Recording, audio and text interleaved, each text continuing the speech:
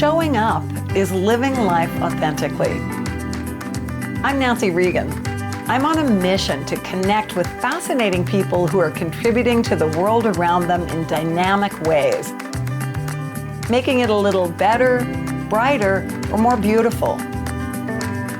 Join me for the journey.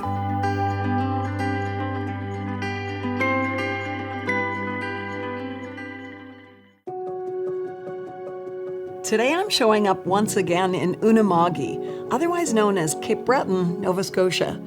I'm at one of my favorite places. Friends United houses one of the most impressive collections of Indigenous art in the country and has been described by a former national chief as unique in Canada. But it's much more than a gallery. It's an idea, it's an initiative, it's a community. It was founded 20 years ago by my friend Rolf Bowman, a German immigrant who wanted to balance his work as a land developer with a meaningful contribution to Canada's Indigenous community. Fully privately funded by Rolf until it recently became a nonprofit, Friends United helps support and promote artists in their creative, spiritual, and entrepreneurial journeys. Jerry Sheena is one shining example of the kind of magic that happens here.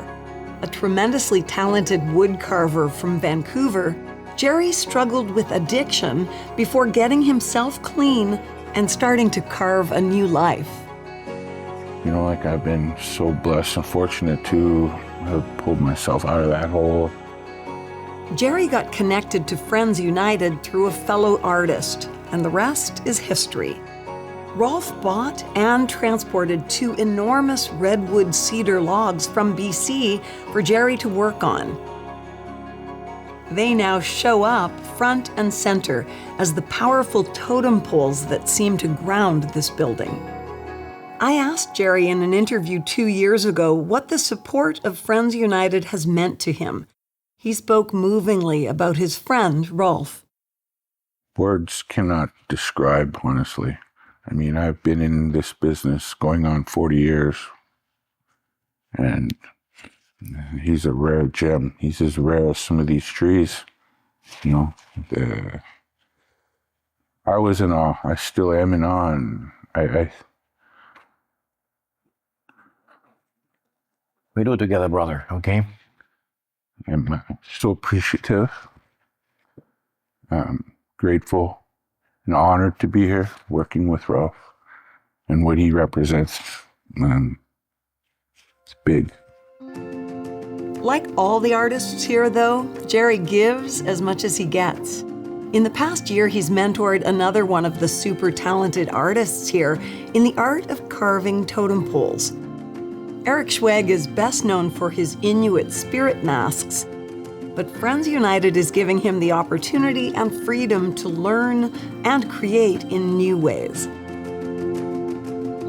Rolf is one of those dudes that puts his money where his mouth is, and he's sort of actively involved in reconciliation before it was even a thing. That's why myself and guys like Jerry and Jason and all the other artists here appreciate Rolf, because he just does it. That's in his heart. It didn't just come out of the blue because everybody else was doing it. He was doing it 15 years before it was a thing. So, you know, and we dig that. Eric and I have met before, and we've spent hours talking about his past.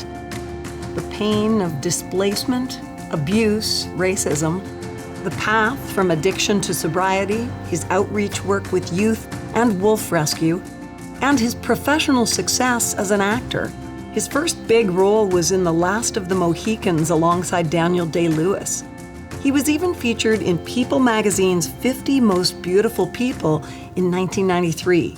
Hello, you're back from La La Land. Yep, that's what I wanted to show you. But today, Eric is firmly rooted in the present and focused on art. Can we look at some of your masks? Yes. Yeah. So this one is a Birdman spirit. This one is, I call it an adoption mask. I mean, it just jumps out at you, literally. Yeah. Amazing. This is Medicine Man, and this one is a sandpiper. I'm really curious to know how you went from doing your masks and this kind of work into these. How did this start? I was taking an Iaido class in Vancouver, which is... A martial art? Yeah. There's like 13 different moves and a bunch of different variations of it that our sensei teaches us. And I made a naginata, which is basically this on the end of a long walking stick or a staff. I used to outfit it with like snake skin and all this stuff. And our sensei saw that and he was like, he said, why don't you just start making weapons? So I just got into it. How's this for recycling? Eric goes treasure hunting in a junkyard, looking for leaf springs from cars and trucks that will become the medium for his new passion. Okay, so from the junkyard, what is the process? How does this piece of metal you find in the junkyard become this beautiful work of art that's a knife? I have a bit of a routine now. I just go up to the scrapyard, and I use leaf springs. The cars are like maybe 3/16 of an inch. Bushcraft knives, I need something thick. This is about 1/4 of an inch thick. That's a truck spring. I take them back here and I take a wire brush and get all the rust off of them and then start a fire. And I use a blower. I just use regular briquettes, forge it red hot, smash it flat on an anvil, let it cool off in a pile of sand, and then when that's done, whatever design that I have, I'll have it cut out on a piece of paper, and then I use a magnet and put the piece of paper, the design, over top of the steel, and then I spray paint it so there's an outline. And then use a grinder and grind that whole outline off. It takes like 2 hours a knife. It's laborious. The rest of it is just grinding and polishing. Like you just keep drawing on what you need and just keep grinding and grinding and grinding. These are just regular furniture bolts to put this on. And I did that because if you get bored and you want like cherry or Brazilian bloodwood, you can pop these off and put a new handle on. No way. Yeah. Interchangeable handles. Yeah, and you just unscrew them. Oh, that's cool. Yeah, and then the rest of it is just, I think the highest grit I use is probably 5,000 grit sandpaper will give you that polish. And people don't believe it sometimes that this is old, crappy, rusted truck springs, right? It's like it's a work of art. It's unbelievable. I know I'm stating the obvious, but it's really incredible. I never thought I could look at a knife and think it was a work of art. This is the first bushcraft knife I made, so I thought, if I'm gonna make these things, I wanna make a knife that looks like you could kill a tiger with it. What does the art of creation, whether it's your masks or particularly the knives maybe, because you take them from junk and make them into something beautiful, what does the process of creating that art give you personally? Is it therapeutic? I've been doing it since I was a kid. I've always just made stuff. All this stuff is just part of life. Like it's just part of your existence, making those things. It was artistic. It is what it is. It's artistic, but it's also just part of Indigenous people's DNA to make the poles in the West Coast and these masks and these knives and stuff like that. So I don't get anything, there's nothing really that cathartic that I get out of making them other than I just want to make a kick-ass knife or something beautiful that people will appreciate. I'm dying to see how you do this. Okay, painting with Jason is one thing, but helping to make a knife like this? I don't know.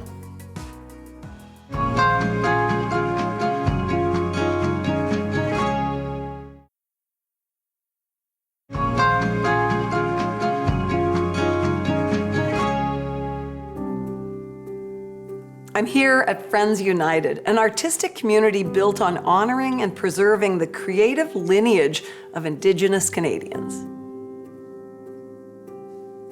As part of the Artist in Residence program, Eric is living right next to Friends United on the property. I'm showing up on his doorstep.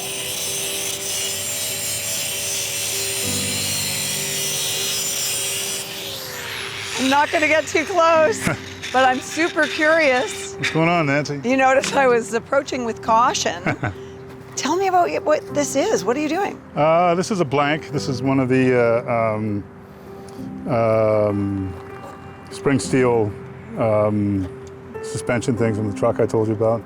I forge it until it's red hot and hammer it flat on an anvil, and then take it off, and then just grind out the whole outside profile of it, and then just go at it with this grinder. You want to try it? Yeah, so what's the line that's right along here? This is where the actual edge starts. Oh, so it's going to go from there like that. Yeah, to the, so I'll draw a line right down the middle of the blank here, and then grind it until I meet that line, and then flip it over and do the exact same thing on the other side.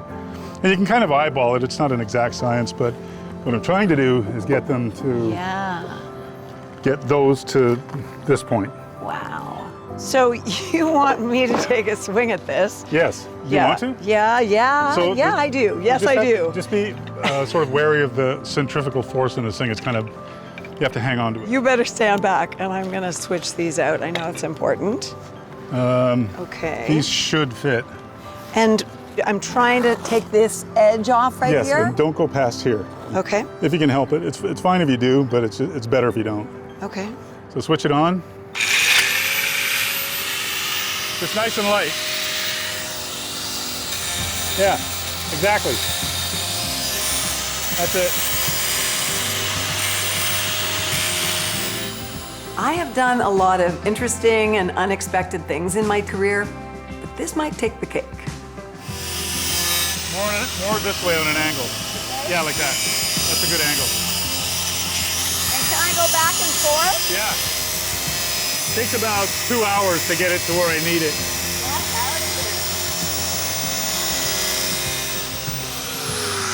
Perfect. It's really cool because it makes you be completely present. It is like meditation, but also it's like you have to be super patient. If you try to rush it, you're just going to mess it up. I was a little nervous of doing this, but there's a great life lesson in terms of showing up. Because if I let the fear stop me, I would not have had that experience. And it was fun and empowering. Okay, you can have it back. That was good, though. That is really cool. Okay, so you do that on both sides. Yes. And then what do you do, though, if there's like a hook like that? So, I just go in, I just grind down inside it like that. oh, wow. Push it down, and then I have burrs that I use on a high-speed drill to get the round part out. That's crazy. Yeah. What purpose is this knife? Is it for someone? No, these are all bushcraft knives. They're just survival knives because you can skin branches with them. You can split wood. They're so heavy you can split wood with them. Small, like campfire wood. And that's it. They're just survival knives. Just something to. Every hunter that I talk to just likes having, regardless of if they have a gun or not, they just like having a great big knife with them when they're walking around in the bush. I love it.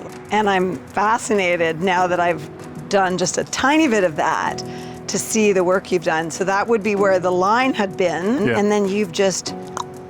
Yeah. I get it to where I need it and then just polish it. And I go over top of this because I don't like sharp lines. So I polish that up too, so it's just, everything's just nice and smooth. The only thing that I like hard on these things is the edge. That's it. Everything else should be smooth, and I put these in. What is that for? They're just for a positive grip. Oh, right. With your thumb. If you're going to go, Traction if you're skinning a log or a branch or whatever, it's good positive grip. Yeah. It is very empowering to hold it. I will say that. It's very cool to see what you're making. And how long has it been?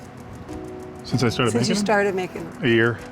So this is what you're producing after a year. And do you think it's going to continue to evolve a lot in the future? I don't know, I hope so. See, I find it magnetic. Like, I would rather just be standing here holding it and feeling the weight of it, and also know that, like, something of your spirit went into this, Yeah. right? There's energy. It's the oldest tool on earth, one of them. Yeah. Ah. Thanks, Eric. You're very welcome. That was a treat. So far here at Friends United, I've been focusing on visual artists, but storytelling is also a really important part of preserving Indigenous culture. We're about to meet a superstar in that realm. Stephen Augustine is an hereditary chief. That's a title passed down through families and through generations, and it's a very important role in the Mi'kmaq community. My genealogy, my father was Patrick Joseph Augustine. His father was Basil Tom Augustine. His father was Tom Augustine. Tom's father was Noel Augustine. And Noel's father was Peter Augustine. And Michael Augustine, I'll just go back to Michael. And that brings us back to 1760. So he signed the Peace and Friendship Treaty in 1760 as Michael Augustine, Michael Joseph Augustine. And today my name is Stephen Joseph Augustine. So, and before that, before he was baptized in 1747, they called him Abbé Leloutre. And it was in 1747 on August 28. And if you look at a Christian calendar, August 28 is the feast of St. Augustine. So that's where the Augustine name comes from. Hereditary chiefs are considered keepers of traditional culture and customs, preserving ancient wisdom, sharing the past through storytelling, and sustaining Mi'kmaq identity and heritage. When you are standing here and we watch you and you are doing it seemingly alone, there's a lot more going on and you're bringing in... I'm bringing in the spirits of our ancestors to help me. I've been to Friends United many times. I've made friends here, have witnessed some amazing art, but what is about to unfold is a whole new privilege for me.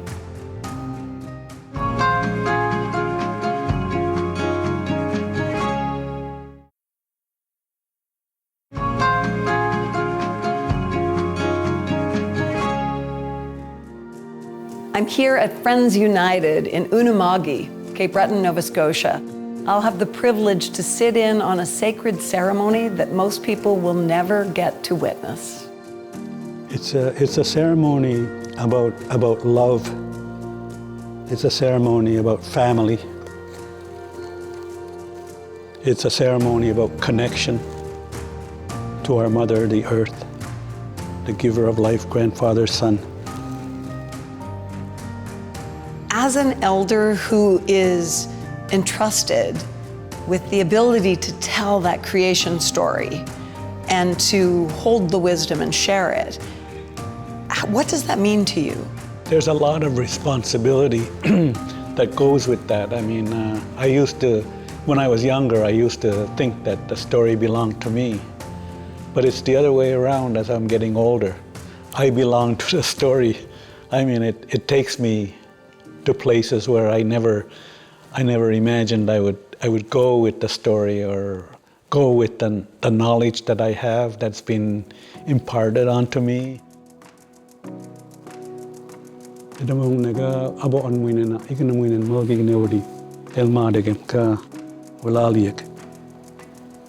So we are grateful for our leadership, and I extend the smoke to the direction of the rising sun and invite Glooscap to come here and join us in this ceremony.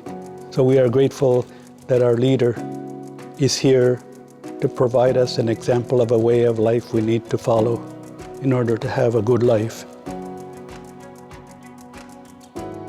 So it was not until the third bolt of lightning that hit the earth, Glooscap was given his freedom. He stood up and he said, "Oh, gisu kwelali no chitan deliganamuin imajua anam.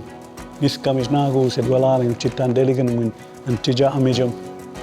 Kijinen ma amigo welali gu chitan deliganamuin tan desert ta inudaya gu chitsiao nimajun tinan." So when he got up, he acknowledged his life and thanked the giver of life. He thanked grandfather, son for putting spirit into his life, and he thanked Mother Earth for agreeing to sustain his life. And so Glooscap was able to celebrate. Now he was saying, "Walalim gisu ta deligenuegan imajua anaminan. Niskamina sedewin velaliegu chita deligenuegan tija amijamina." Nut olti omijuajis tut kilo akkamieg velalieg tan akkamieg ninen umspanago ajudel nimajoktieg. So he thanked the 7 sacred directions, giver of life, grandfather, son, mother earth, leadership, Gluskap, grandmother, their wisdom and knowledge, the young people in the West for their strength and vision, and our mothers for their love and understanding and admonishment, for giving us a good world to live in. So this was the creation story. It felt like such a privilege to be witness to this ceremony, not only because of my friendship with Stephen, but because of the sacred energy in the room. It's a spiritual experience. But the eagle came back one more time. And the eagle, when they came back, he said, "Now, all the creation that's being made here, you will take that fire and you will look after that fire. But you and grandmother, Gluskap and grandmother, you have to leave the world and follow the direction of the whirlwind. Go west and go north. And you will come back someday when our people are going to become extinct." You've been involved with Friends United for a long time. How would you talk about this place, this initiative, to encapsulate it? How do you do that? I would say all the art in here is the embodiment of our Indigenous creation, our Indigenous creation story in North America. This is the expression that comes from our people, the expression that has been suppressed by colonization. Our knowledge systems were educated out of our system. We're sending these messages out to them and saying, "Here, this is what I'm trying to say today." And it's coming from within. I'm speaking through my heart, my ears, my eyes, my nose, my mouth. And it's an expression that's been in here, and I have been having a difficult time to express it in written form. But maybe I could talk about it in stories. But maybe I could carve it. Maybe I could paint it. And imagery and colorful. And so the mother comes into our world in the creation story, bringing all the colors of the world and the strength and love and sharing and caring for each other. Humanity. So that's the crux of all of this work. It's humanity coming out. It's our creation story coming out. It's our Indigenous laws coming out and expressed in these beautiful colors and images. Do you see why I love this place, these people, this community? Their story is about creativity, but underlying that is love. And in a world that feels pretty dark and heavy these days, Friends United offers so much, maybe even a blueprint for a more peaceful planet. Walalio. Walalio.